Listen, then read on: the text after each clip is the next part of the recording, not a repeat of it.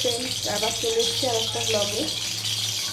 দেখতে পাচ্ছি কড়াইতে তেল দিয়ে কড়াইটাকে বসিয়ে দিয়েছি। এটা একটা ঝোলের রেসিপি করছি, একটু দেখতে থাকো। প্রথমে দিয়ে দিচ্ছি তেজপাতা, যেটা দিলে এটা কিছু সবজি দিয়ে দিয়েছি। দেখো আলু, বেগুন, কাঁচকলা আর কাঁচা লঙ্কাটা ঝাল মতো দিয়েছি। এগুলোই সব কড়াইতে দিয়ে দেবো।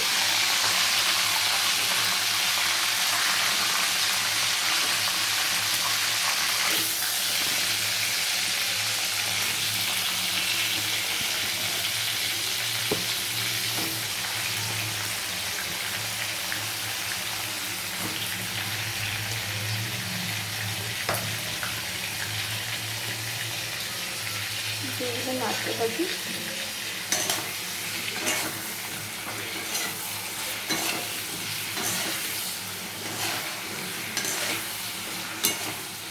ভালো করে ভেজে নিই, লাল লাল করে একটু ভালো করে ভেজে নেবো। সবজিগুলো ভালো করে ভাজা হয়ে গেছে। এতে আমি একটা মশলা করে রেখেছি চাপাতি বানাবো, সেটা আমাকে দিয়ে দেবো। আলাদা ভাবে দিয়ে অবস্থাতে দেবো না, যেভাবে দিয়ে আর কি জল দিয়ে গুলিয়ে নিয়েছি। আমাদের দেখাচ্ছি। এই দেখো বন্ধুরা, এটা হচ্ছে লঙ্কা গুঁড়ো, জিরে গুঁড়ো, একটু সর্ষে পোস্ত বাটা আর স্বাদ মতো নুন মিষ্টি আর হলুদ গুঁড়ো। এটা আমি দিয়ে দেবো কড়াইতে।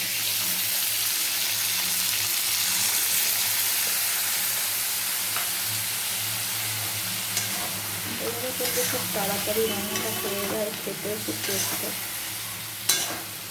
সাথেও অনেক খুব বেশি ঝামেলা লাগে না। আর ঝালটা তোমরা যারা যেমনভাবে খাও তোমরা সেইভাবেই দেবে।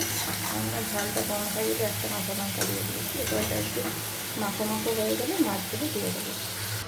তো দেখো বন্ধুরা, ঝোলটা ফুটছে। এইবার আমি অবস্থাতে মাছগুলো দিয়ে দিচ্ছি। বুঝতেই পারছি সেটা এই মাছ, বাঙালির সবচেয়ে প্রিয় ইলিশ মাছ। মাছগুলো কিন্তু আমি ভাজিনি, হ্যাঁ কাঁচাই দিয়েছি। প্রথমে একটু নুন দিয়ে রেখে দিয়েছিলাম, তারপর নুনটাকে ধুয়ে নিয়ে দিয়ে দিচ্ছিলাম। তাহলে ঝোলটা ভীষণ খাড়া টাইপের হয়ে যাবে, নুনে পোড়া হয়ে যাবে, যেটাকে আমরা বাংলায় বলি। তো এই মাছগুলো সব দিয়ে দিচ্ছি। কাঁচা মাছের ঝোল খেতে আলাদাই স্বাদ।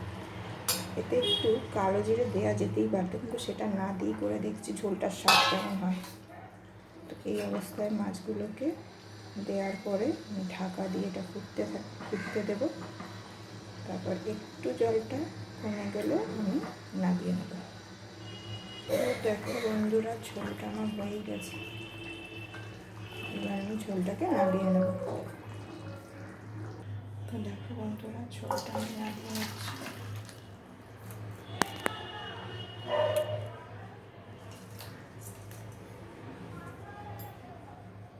তো দেখো বন্ধুরা, ঝোলটা আমি নামিয়ে নিয়েছি।